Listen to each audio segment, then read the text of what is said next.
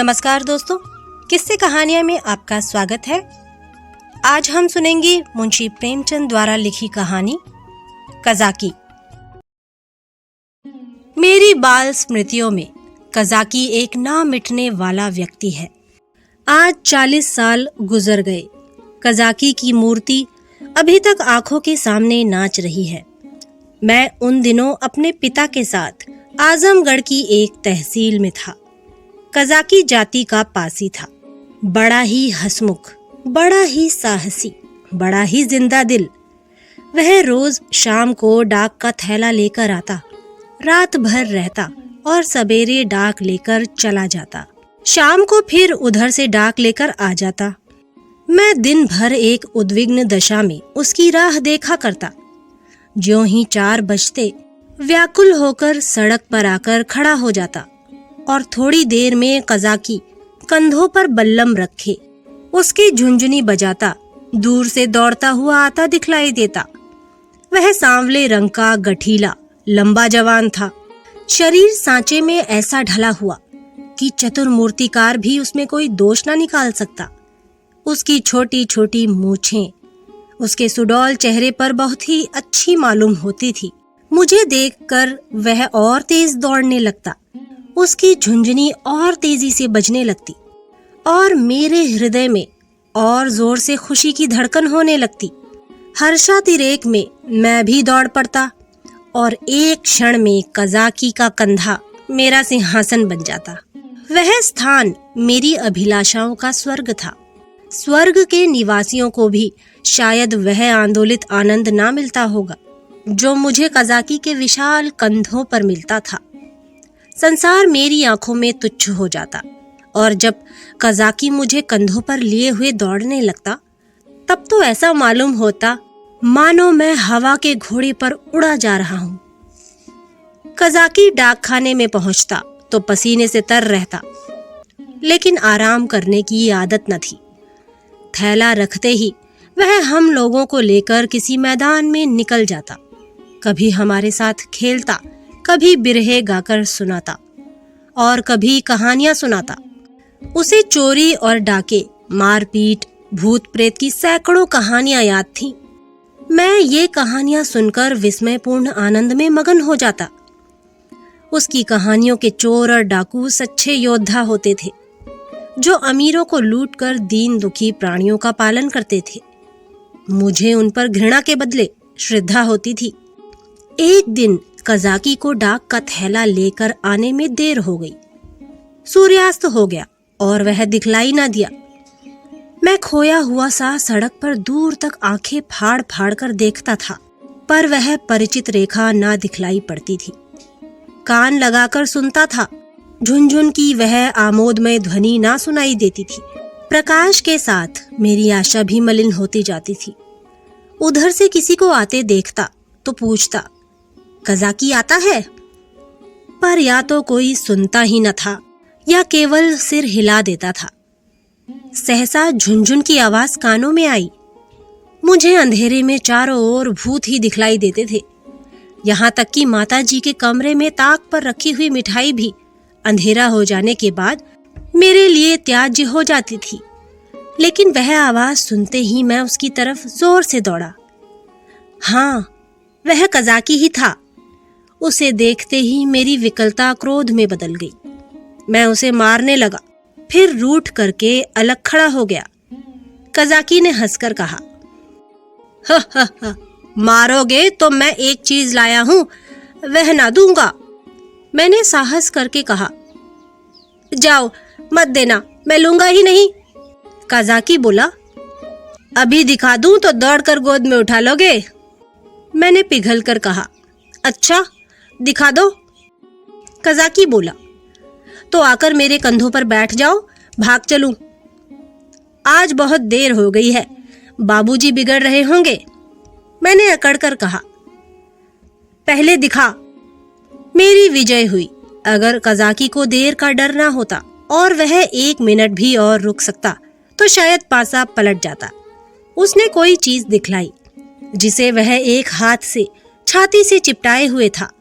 लंबा मुंह था और 2 आंखें चमक रही थीं। मैंने उसे दौड़कर कज़ाकी की गोद से ले लिया। यह हिरन का बच्चा था। आह, मेरी उस खुशी का कौन अनुमान करेगा। तब से कठिन परीक्षाएं पास की, अच्छा पद भी पाया, राय बहादुर भी हुआ, पर वह खुशी फिर न हासिल हुई। मैं उसे गोद में लिए उसके कोमल स्पर्श का आनंद उठाता घर की ओर दौड़ा। कज़ाकी को आने में क्यों इतनी देर हुई इसका ख्याल ही न रहा। मैंने पूछा, यह कहाँ मिला कज़ाकी? कज़ाकी बोला, भैया, यहाँ से थोड़ी दूरी पर एक छोटा सा जंगल है, उसमें बहुत से हिरन हैं। मेरा बहुत जी चाहता था कि कोई बच्चा मिल जाए तो तुम्हें दूं। आज यह बच्चा हिरनों के झुंड के साथ दिखलाई दिया। मैं झुंड की ओर दौड़ा तो सब के सब भागे, यह बच्चा भी भागा, लेकिन मैंने पीछा न छोड़ा और हिरन तो बहुत दूर निकल गए। यही पीछे रह गया, मैंने इसे पकड़ लिया, इसी से इतनी देर हुई। यूं बातें करते हम दोनों डाक खाने पहुंचे। बाबूजी ने मुझे न देखा, हिरन के बच्चे को भी न देखा। कज़ाकी ही पर उनकी निगाह पड़ी। बिगड़कर बोले, आज इतनी देर कहाँ लगाई? अब थैला लेकर आया है, उसे लेकर क्या करूं? डाक तो चली गई। बता, तूने इतनी देर कहाँ लगाई? कज़ाकी के मुंह से आवाज ना निकली। बाबूजी ने कहा, तुझे शायद अब नौकरी नहीं करनी है। नीच है ना, पेट भरा तो मोटा हो गया, जब भूखों मरने लगेगा तो आंखें खुलेंगी। कज़ाकी चुपचाप खड़ा रहा। बाबूजी का क्रोध और बढ़ा। बोले, अच्छा, थैला रख दे और अपने घर की राह ले। सूअर, अब डाक लेकर आया है, तेरा क्या बिगड़ेगा? जहां चाहेगा मजूरी कर लेगा, माथे तो मेरे जाएगी, जवाब तो मुझसे तलब होगा। कज़ाकी ने रुआंसे होकर कहा, सरकार, अब कभी देर ना होगी। बाबूजी बोले, आज क्यों देर की, इसका जवाब दे। कज़ाकी के पास इसका कोई जवाब न था। आश्चर्य तो यह था कि मेरी भी जबान बंद हो गई। बाबूजी बड़े गुस्सेवर थे, उन्हें काम करना पड़ता था, इसी से बात बात पर झुंझला पड़ते थे। मैं तो उनके सामने कभी जाता ही न था, वह भी मुझे कभी प्यार न करते थे। घर में केवल 2 बार घंटे घंटे भर के लिए भोजन करने आते थे, बाकी सारे दिन दफ्तर में लिखा करते थे। उन्होंने बार बार एक सहकारी के लिए अफसरों से विनय की थी, पर इसका कुछ असर ना हुआ था। यहाँ तक कि तातील के दिन भी बाबूजी दफ्तर ही में रहते थे। केवल माताजी उनका क्रोध शांत करना जानती थी, पर वह दफ्तर में कैसे आती? बेचारा कज़ाकी उसी वक्त मेरे देखते देखते निकाल दिया गया। उसका बल्लम, चपरास और साफा छीन लिया गया और उसे डाकखाने से निकल जाने का नादिरी हुक्म सुना दिया। आह, उस वक्त मेरा ऐसा जी चाहता था कि मेरे पास सोने की लंका होती तो कज़ाकी को दे देता और बाबूजी को दिखा देता कि आपके निकाल देने से कज़ाकी का बाल भी बाका नहीं हुआ। किसी योद्धा को अपनी तलवार पर जितना घमंड होता है, उतना ही घमंड कज़ाकी को अपनी चपरास पर था। जब वह चपरास खोलने लगा तो उसके हाथ कांप रहे थे और आंखों से आंसू बह रहे थे, और इस सारे उपद्रव की जड़ वह कोमल वस्तु थी जो मेरी गोद में मुंह छिपाए ऐसे चैन से बैठी हुई थी मानो माता की गोद में हो। जब कज़ाकी चला तो मैं धीरे धीरे उसके पीछे पीछे चला। मेरे घर के द्वार पर आकर कज़ाकी ने कहा, भैया, अब घर जाओ, सांझ हो गई है। मैं चुपचाप खड़ा अपने आंसुओं के वेग को सारी शक्ति से दबा रहा था। कज़ाकी फिर बोला, भैया, मैं कहीं बाहर थोड़े ही चला जाऊंगा, फिर आऊंगा और तुम्हें कंधों पर बिठाकर कुदाऊंगा। बाबूजी ने नौकरी ले ली है तो क्या इतना भी ना करने देंगे? तुमको छोड़कर मैं कहीं ना जाऊंगा भैया। जाकर अम्मा से कह दो कज़ाकी जाता है, उसका कहाँ सुना माफ करें। मैं दौड़ा हुआ घर गया, लेकिन अम्मा जी को कुछ कहने के बदले बिलख बिलख कर रोने लगा। अम्मा जी रसोई के बाहर निकलकर पूछने लगी, क्या हुआ बेटा, किसने मारा? बाबूजी ने कुछ कहा है? अच्छा, रह तो जाओ, आज घर आते हैं तो पूछती हूँ। जब देखो मेरे लड़के को मारा करते हैं। चुप रहो बेटा, अब तुम उनके पास कभी मत जाना। मैंने बड़ी मुश्किल से आवाज संभाल कर कहा, कज़ाकी। अम्मा ने समझा कज़ाकी ने मारा है। बोली, अच्छा, आने दो कजाकी को, देखो खड़े खड़े निकलवा देती हूँ। हरकारा होकर मेरे राजा बेटा को मारे, आज ही तो साफा बल्लम सब छिनवाए लेती हूँ। वाह। मैंने जल्दी से कहा, नहीं, कजाकी ने नहीं मारा, बाबूजी ने उसे निकाल दिया है, उसका साफा बल्लम छीन लिया, चपरास भी ले ली। अम्मा बोली, यह तुम्हारे बाबूजी ने बहुत बुरा किया, वह बेचारा अपने काम में इतना चौकस रहता है, फिर उसे क्यों निकाला? मैंने कहा, आज उसे देर हो गई थी। यह कहकर मैंने हिरन के बच्चे को गोद से उतार दिया। घर में उसके भाग जाने का भय न था। अब तक अम्मा जी की निगाह भी उस पर ना पड़ी थी। उसे फुदकते देखकर वह सहसा चौंक पड़ी और लपक कर मेरा हाथ पकड़ लिया कि कहीं यह भयंकर जीव मुझे काट न खाए। मैं कहाँ तो फूट फूट कर रो रहा था और कहाँ अम्मा की घबराहट देखकर खिलखिलाकर हंस पड़ा। अम्मा बोली, अरे यह तो हिरन का बच्चा है, कहाँ मिला? मैंने हिरन के बच्चे का सारा इतिहास और उसका भीषण परिणाम आदि से अंत तक कह सुनाया। अम्मा, यह इतना तेज भागता था कि कोई दूसरा होता तो पकड़ ही न सकता। सन सन हवा की तरह उड़ता चला जाता था। कजाकी 5-6 घंटे तक इसके पीछे दौड़ता रहा, तब कहीं जाकर बच्चा मिले। अम्मा जी, कजाकी की तरह कोई दुनिया भर में नहीं दौड़ सकता, इसी से तो देर हो गई, इसलिए बाबूजी ने बेचारे को निकाल दिया, चपरास, साफा, बल्लम सब छीन लिया। अब बेचारा क्या करेगा, भूखों मर जाएगा। अम्मा ने पूछा, कहाँ है कजाकी, जरा उसे बुला तो लाओ। मैंने कहा, बाहर तो खड़ा है, कहता था अम्मा जी से मेरा कहा सुना माफ करवा देना। अब तक अम्मा जी मेरे वृतांत को दिल लगी समझ रही थी। शायद वह समझती थीं कि बाबूजी ने कजाकी को डांटा होगा, लेकिन मेरा अंतिम वाक्य सुनकर संशय हुआ कि सचमुच तो कजाकी बर्खास्त नहीं कर दिया गया। बाहर आकर कजाकी कजाकी पुकारने लगी, पर कजाकी का कहीं पता न था। मैंने बार बार पुकारा, लेकिन कजाकी वहां न था। खाना तो मैंने खा लिया, बच्चे शौक में खाना नहीं छोड़ते, खासकर जब रबड़ी भी सामने हो। मगर बड़ी रात तक पड़े पड़े सोचता रहा। मेरे पास रुपए होते तो 1 लाख रुपए कजाकी को दे देता और कहता, बाबूजी से कभी मत बोलना, बेचारा भूखों मर जाएगा। देखूं कल आता है कि नहीं। अब क्या करेगा आकर, मगर आने को तो कह गया है। मैं कल उसे अपने साथ खाना खिलाऊंगा। यही हवाई किले बनाते बनाते मुझे नींद आ गई। दूसरे दिन मैं दिन भर अपने हिरन के बच्चे की सेवा सत्कार में व्यस्त रहा। पहले उसका नामकरण संस्कार हुआ, मुन्नू नाम रखा गया। फिर मैंने उसका अपने सब हमजोलियों और सहपाठियों से परिचय करवाया। दिन ही भर में वह मुझसे इतना हिल गया कि मेरे पीछे पीछे दौड़ने लगा। इतनी ही देर में मैंने उसे अपने जीवन में एक महत्वपूर्ण स्थान दे दिया। अपने भविष्य में बनने वाले विशाल भवन में उसके लिए अलग कमरा बनाने का भी निश्चय कर लिया।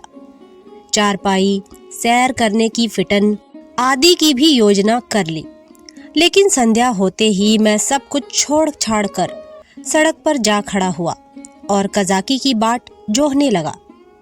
जानता था कि कजाकी निकाल दिया गया है, अब उसे यहाँ आने की कोई जरूरत नहीं रही।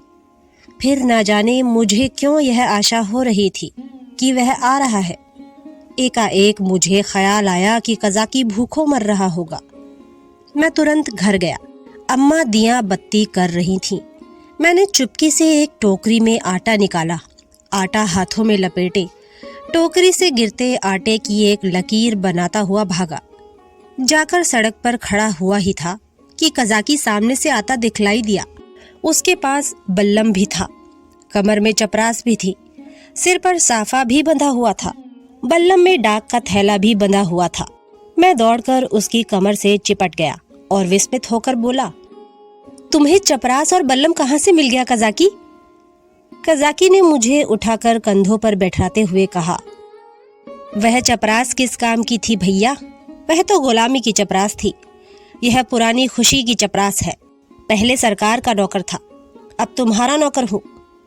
यह कहते कहते उसकी निगाह टोकरी पर पड़ी जो वही रखी थी। बोला, यह आटा कैसा है भैया? मैंने सकुचाते हुए कहा, तुम्हारे ही लिए तो लाया हूँ।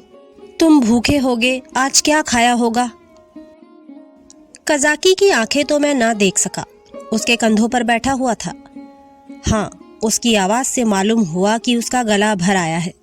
बोला, भैया क्या रूखी ही रोटियां खाऊंगा, दाल नमक घी और तो कुछ नहीं है। मैं अपनी भूल पर बहुत लज्जित हुआ।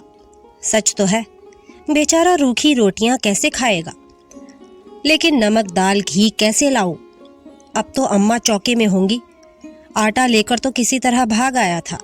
अभी तक मुझे ना मालूम था कि मेरी चोरी पकड़ ली गई। आटे की लकीर ने सुराग दे दिया है। अब ये तीन तीन चीजें कैसे लाऊंगा? अम्मा से मांगूंगा तो कभी ना देंगी। एक एक पैसे के लिए तो घंटों रुलाती है। इतनी सारी चीजें क्यों देने लगी? एकाएक मुझे एक बात याद आई। मैंने अपनी किताबों के बस्ते में कई आने पैसे रख छोड़े थे। मुझे पैसे जमा करके रखने में बड़ा आनंद आता था। मालूम नहीं अब वह आदत क्यों बदल गई। अब भी वही हालत होती तो शायद इतना फाके मस्त न रहता। बाबूजी मुझे प्यार तो कभी ना करते थे, पर पैसे खूब देते थे।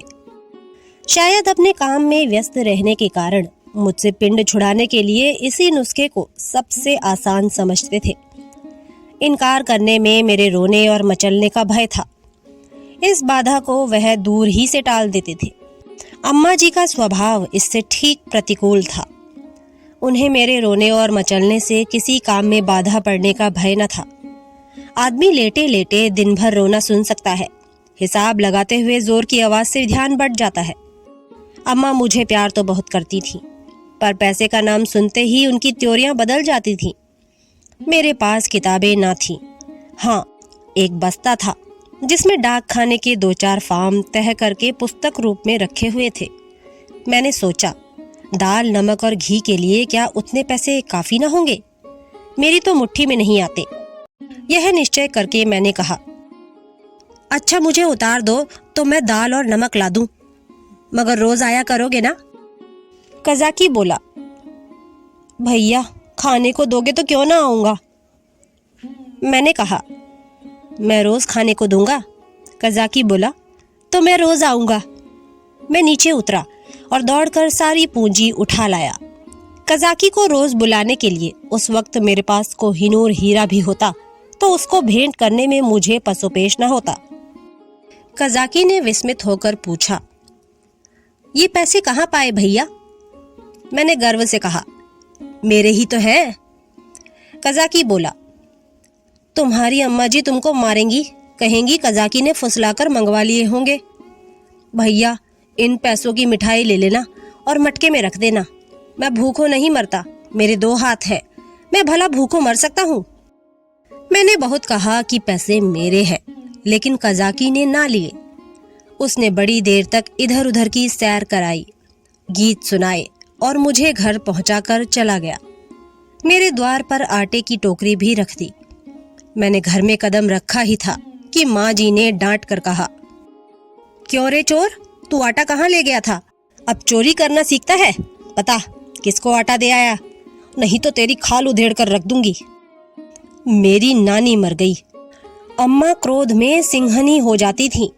सिट पिटाकर बोला, किसी को तो नहीं दिया। अम्मा बोली, तूने आटा नहीं निकाला? देख कितना आटा सारे आंगन में बिखरा पड़ा है। मैं चुप खड़ा था। वह कितना ही धमकाती थी, चुमकारती थी, पर मेरी जबान ना खुलती थी। आने वाली विपत्ति के भय से प्राण सूख रहे थे। यहाँ तक कि यह भी कहने की हिम्मत ना पड़ती थी कि बिगड़ती क्यों हो, आटा तो द्वार पर रखा हुआ है और ना उठाकर लाते ही बनता था। मानो क्रिया शक्ति ही लुप्त हो गई हो, मानो पैरों में हिलने की सामर्थ्य ही नहीं। सहसा कजाकी ने पुकारा, बहू जी आटा द्वार पर रखा हुआ है, भैया मुझे देने को ले गए थे। यह सुनते ही अम्मा द्वार की ओर चली गईं। कजाकी से वह पर्दा ना करती थी। उन्होंने कजाकी से कोई बात की या नहीं, यह तो मैं नहीं जानता, लेकिन अम्मा जी खाली टोकरी लिए हुए घर में आई। फिर कोठरी में जाकर संदूक से कुछ निकाला और द्वार की ओर गईं। मैंने देखा कि उनकी मुट्ठी बंद थी अब मुझसे वहां खड़े ना रहा गया। अम्मा जी के पीछे पीछे मैं भी गया। अम्मा ने द्वार पर कई बार पुकारा, मगर कज़ाकी चला गया था। मैंने बड़ी अधीरता से कहा, मैं जाकर खोज लाऊं अम्मा जी? अम्मा जी ने किवाड़ें बंद करते हुए कहा, तुम अंधेरे में कहाँ जाओगे? अभी तो यहीं खड़ा था। मैंने कहा कि यहीं रहना, मैं आती हूँ। तब तक न जाने कहाँ खिसक गया। बड़ा संकोची है, आटा तो लेता ही न था। मैंने जबरदस्ती उसके अंगोछे में बांध दिया। मुझे तो बेचारे पर बड़ी दया आती है। ना जाने बेचारे के घर में कुछ खाने को है कि नहीं। रुपए लाई थी कि दे दूंगी, पर ना जाने कहाँ चला गया। अब तो मुझे भी साहस हुआ। मैंने अपनी चोरी की पूरी कथा कह डाली। बच्चों के साथ समझदार बच्चे बनकर माँ बाप उन पर जितना असर डाल सकते हैं, जितनी शिक्षा दे सकते हैं, उतने बूढ़े बनकर नहीं। अम्मा जी ने कहा, तुमने मुझसे पूछ क्यों ना लिया? क्या मैं कज़ाकी को थोड़ा सा आटा न देती? मैंने इसका उत्तर ना दिया। दिल में कहा, इस वक्त तुम्हें कज़ाकी पर दया आ गई है, जो चाहे दे डालो, लेकिन मैं मांगता तो मारने दौड़ती। हाँ, यह सोचकर चित्त प्रसन्न हुआ कि अब कज़ाकी भूखों ना मरेगा। अम्मा जी उसे रोज खाने को देंगी और वह रोज मुझे कंधों पर बिठाकर सैर कराएगा। दूसरे दिन मैं दिन भर मुन्नू के साथ खेलता रहा। शाम को सड़क पर जाकर खड़ा हो गया, मगर अंधेरा हो गया और कज़ाकी का कहीं पता नहीं। दिए जल गए, रास्ते में सन्नाटा छा गया, पर कज़ाकी ना आया। मैं रोता हुआ घर आया। अम्मा जी ने पूछा, क्यों रोते हो बेटा? क्या कज़ाकी नहीं आया? मैं और जोर से रोने लगा। अम्मा जी ने मुझे छाती से लगा लिया। मुझे ऐसा मालूम हुआ कि उनका भी कंठ गदगद हो गया है। उन्होंने कहा, बेटा चुप हो जाओ, मैं कल किसी हरकारे को भेजकर कज़ाकी को बुलवाऊंगी। मैं रोते ही रोते सो गया। सवेरे ज्यों ही आंखें खुली, मैंने अम्मा जी से कहा, कज़ाकी को बुलवा दो। अम्मा ने कहा, आदमी गया है बेटा, कज़ाकी आता होगा। खुश होकर खेलने लगा। मुझे मालूम था कि अम्मा जी जो बात कहती हैं उसे पूरा जरूर करती हैं। उन्होंने सवेरे ही एक हरकारे को भेज दिया था। 10 बजे जब मैं मुन्नू को लिए हुए घर आया तो मालूम हुआ कि कज़ाकी अपने घर पर नहीं मिला। वह रात को भी घर न गया था। उसकी स्त्री रो रही थी कि ना जाने कहाँ चले गए। उसे भय था कि वह कहीं भाग गया है। बालकों का हृदय कितना कोमल होता है, इसका अनुमान दूसरा नहीं कर सकता। उनमें अपने भावों को व्यक्त करने के लिए शब्द नहीं होते। उन्हें यह भी ज्ञात नहीं होता कि कौन सी बात उन्हें विकल कर रही है, कौन सा कांटा उनके हृदय में खटक रहा है, क्यों बार बार उन्हें रोना आता है, क्यों वे मन मारे बैठे रहते हैं, क्यों खेलने में जी नहीं लगता। मेरी भी यही दशा थी। कभी घर में आता, कभी बाहर जाता, कभी सड़क पर जा पहुंचता। आंखें कज़ाकी को ढूंढ रही थी। वह कहाँ चला गया? कहीं भाग तो नहीं गया? तीसरे पहर को मैं खोया हुआ सा सड़क पर खड़ा था। सहसा मैंने कज़ाकी को एक गली में देखा। हाँ, वह कज़ाकी ही था। मैं उसकी ओर चिल्लाता हुआ दौड़ा, पर गली में उसका पता न था। ना जाने किधर गायब हो गया। मैंने गली के इस सिरे से उस सिरे तक देखा, मगर कहीं कज़ाकी की गंध तक न मिली। घर जाकर मैंने अम्मा जी से यह बात कही। मुझे ऐसा जान पड़ा कि वह यह बात सुनकर बहुत चिंतित हो गई। इसके बाद 2-3 दिन तक कज़ाकी ना दिखलाई दिया। मैं भी अब उसे कुछ कुछ भूलने लगा। बच्चे पहले जितना प्रेम करते हैं, बाद को उतने ही निष्ठुर भी हो जाते हैं। जिस खिलौने पर प्राण देते हैं, उसी को 2-4 दिन के बाद पटक कर फोड़ भी डालते हैं। 10-12 दिन और बीत गए। दोपहर का समय था। बाबूजी खाना खा रहे थे। मैं मुन्नू के पैरों में पीनस की पैजनियां बांध रहा था। एक औरत घूंघट निकाले हुए आई और आंगन में खड़ी हो गई। उसके कपड़े फटे हुए और मैले थे, पर गोरी और सुंदर स्त्री थी। उसने मुझसे पूछा, भैया, बहू जी कहाँ है? मैंने उसके पास जाकर उसका मुंह देखते हुए कहा, तुम कौन हो? क्या बेचती हो? औरत बोली, कुछ बेचती नहीं हूँ, तुम्हारे लिए ये कमल गट्टे लाई हूँ। भैया, तुम्हें तो कमल गट्टे बहुत अच्छे लगते हैं ना? मैंने उसके हाथों से लटकती हुई पोटली को उत्सुक नेत्रों से देखकर पूछा, कहाँ से लाई हो, देखे? औरत बोली, तुम्हारे हरकारे ने भेजा है भैया। मैंने उछल कर पूछा, कजाकी ने? औरत ने सिर हिलाकर हाँ कहा और पोटली खोलने लगी। इतने में अम्मा जी भी रसोई से निकल आई। उसने अम्मा के पैरों का स्पर्श किया। अम्मा ने पूछा, तू कजाकी की घरवाली है? औरत ने सिर झुका लिया। अम्मा बोली, आजकल कजाकी क्या करता है? औरत ने रोकर कहा, बहू जी, जिस दिन से आपके पास से आटा लेकर गए हैं उसी दिन से बीमार पड़े हैं। बस भैया भैया किया करते हैं। भैया ही में उनका मन बसा रहता है। चौंक चौंक कर भैया भैया कहते हुए द्वार की ओर दौड़ते हैं। ना जाने उन्हें क्या हो गया है बहू जी। एक दिन मुझसे कुछ कहा न सुना, घर से चल दिए और एक गली में छिपकर भैया को देखते रहे। जब भैया ने उन्हें देख लिया तो भागे। तुम्हारे पास आते हुए लजाते हैं। मैंने कहा, हाँ हाँ, मैंने उस दिन तुमसे जो कहा था अम्मा जी। अम्मा बोली, घर में कुछ खाने पीने को है? औरत बोली, हाँ बहू जी, तुम्हारे आशीर्वाद से खाने पीने का दुख नहीं है। आज सवेरे उठे और तालाब की ओर चले गए। बहुत कहती रही बाहर मत जाओ, हवा लग जाएगी, मगर ना माने।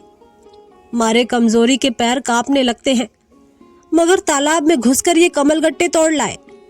तब मुझसे कहा, ले जा भैया को दे आ, उन्हें कमलगट्टे बहुत अच्छे लगते हैं। कुशल क्षेम पूछती आना। मैंने पोटली से कमलगट्टे निकाल लिए थे और मजे से चख रहा था। अम्मा ने बहुत आंखें दिखाई, मगर यहाँ इतनी सब्र कहाँ। अम्मा ने कहा, कह देना सब कुशल है। मैंने कहा, यह भी कह देना कि भैया ने बुलाया है। ना जाओगे तो फिर तुमसे कभी ना बोलेंगे। हाँ। बाबूजी खाना खाकर निकल आए थे। तौलिए से हाथ मुंह पोंछते हुए बोले, और यह भी कह देना कि साहब ने तुमको बहाल कर दिया है। जल्दी जाओ, नहीं तो कोई दूसरा आदमी रख लिया जाएगा। औरत ने अपना कपड़ा उठाया और चली गई। अम्मा ने बहुत पुकारा, पर वह ना रुकी। शायद अम्मा जी उसे सीधा देना चाहती थी। अम्मा जी ने पूछा, सचमुच बहाल हो गया? बाबूजी बोले, और क्या, झूठे ही बुला रहा हूँ। मैंने तो 5वें ही दिन बहाली की रिपोर्ट की थी। अम्मा बोली, यह तुमने अच्छा किया। बाबूजी बोले, उसकी बीमारी की यही दवा है। प्रातःकाल मैं उठा तो क्या देखता हूँ कि कजाकी लाठी टेकता हुआ चला आ रहा है। वह बहुत दुबला हो गया था। मालूम होता था बूढ़ा हो गया है। हरा भरा पेड़ सूख कर ठूंठा हो गया था। मैं उसकी ओर दौड़ा और उसकी कमर से चिमट गया। कजाकी ने मेरे गाल चूमे और मुझे उठाकर कंधों पर बैठाने की चेष्टा करने लगा, पर मैं ना उठ सका। तब वह जानवरों की भांति भूमि पर हाथों और घुटनों के बल खड़ा हो गया और मैं उसकी पीठ पर सवार होकर डाक खाने की ओर चला। मैं उस वक्त फूला ना समाता था और शायद कजाकी मुझसे भी ज्यादा खुश था। बाबूजी ने कहा, कजाकी, तुम बहाल हो गए, अब कभी देर न करना। कजाकी रोता हुआ पिताजी के पैरों पर गिर पड़ा, मगर शायद मेरे भाग्य में दोनों सुख भोगना ना लिखा था। मुन्नू मिला तो कजाकी छूटा, कजाकी आया तो मुन्नू हाथ सेक गया, और ऐसा गया कि आज तक उसके जाने का दुख है। मुन्नू मेरी ही थाली में खाता था। जब तक मैं खाने ना बैठूं वह भी कुछ ना खाता था। उसे भात से बहुत ही रुचि थी, लेकिन जब तक खूब घी ना पड़ा हो उसे संतोष ना होता था। वह मेरे ही साथ सोता था और मेरे ही साथ उठता भी था।